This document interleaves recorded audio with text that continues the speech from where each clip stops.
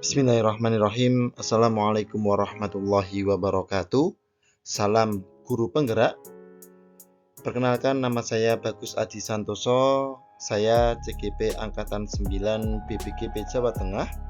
Saya pengajar di SD Negeri Purworejo II.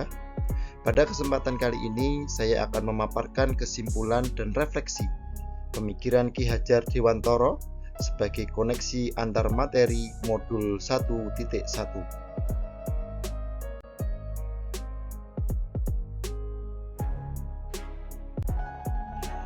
Sebelumnya, menurut Ki Hajar Dewantara tentang pendidikan dan pengajaran, Ki Hajar Dewantara mengatakan pendidikan dan pengajaran tidaklah sama. Pengajaran adalah bagian dari pendidikan.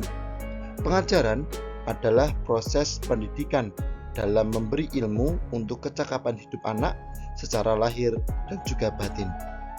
Pendidikan yaitu menuntun segala kekuatan kodrat yang ada pada anak-anak itu agar mereka sebagai manusia dan sebagai anggota masyarakat dapatlah mencapai keselamatan dan kebahagiaan yang setinggi-tingginya.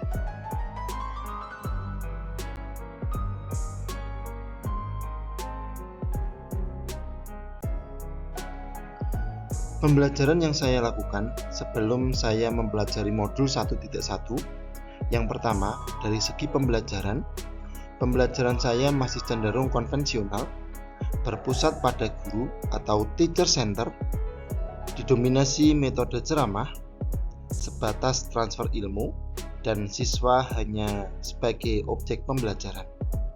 Yang kedua, dari segi penilaian, saya cenderung hanya menilai dari segi kognitifnya saja, dan saya hanya berfokus pada ketuntasan nilai atau KKM-nya saja.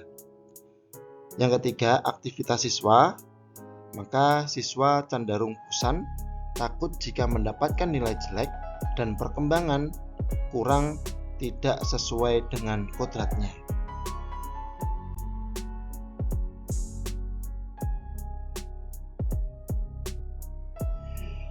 Setelah saya mempelajari modul 1.1 ini tentang pemikiran Ki Hajar Dewantara, saya sadar bahwa apa yang saya lakukan selama ini tidaklah tepat. Maka seharusnya pembelajaran yang saya lakukan, yaitu yang pertama, pembelajaran yang menyenangkan bagi murid, pembelajaran yang berpihak pada murid, menggunakan metode pembelajaran yang inovatif, menggunakan media pembelajaran yang kreatif, memanfaatkan berbagai media, dan seharusnya siswa sebagai subjek pembelajaran. Adapun penilaian yang saya lakukan seharusnya penilaian yang menyeluruh, mencakup aspek kognitif, afektif, psikomotor, sosial, dan spiritual, terlebih pada penanaman akhlak.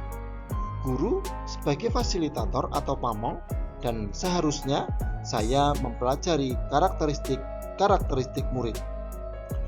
Maka dengan seperti itu seharusnya aktivitas murid senang, murid bahagia, murid merdeka seutuhnya, dan juga murid berkembang sesuai dengan kodratnya. Selanjutnya, yang dapat segera saya terapkan di kelas dan mencerminkan pemikiran KHD antara lain, yang pertama, merancang pembelajaran yang interaktif dan menyenangkan. Yang kedua, melakukan pembiasaan-pembiasaan yang membentuk akhlak murid yang luhur. Yang ketiga, mengenali karakteristik murid.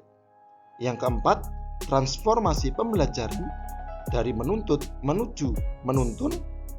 Dan yang terakhir, menerapkan pembelajaran berkarakteristik abad 21, yaitu berpikir kritis, kreatif, dan komunikatif atau kolaborasi.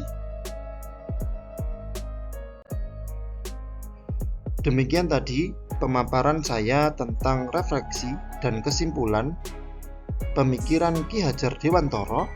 Semoga bermanfaat dan menginspirasi.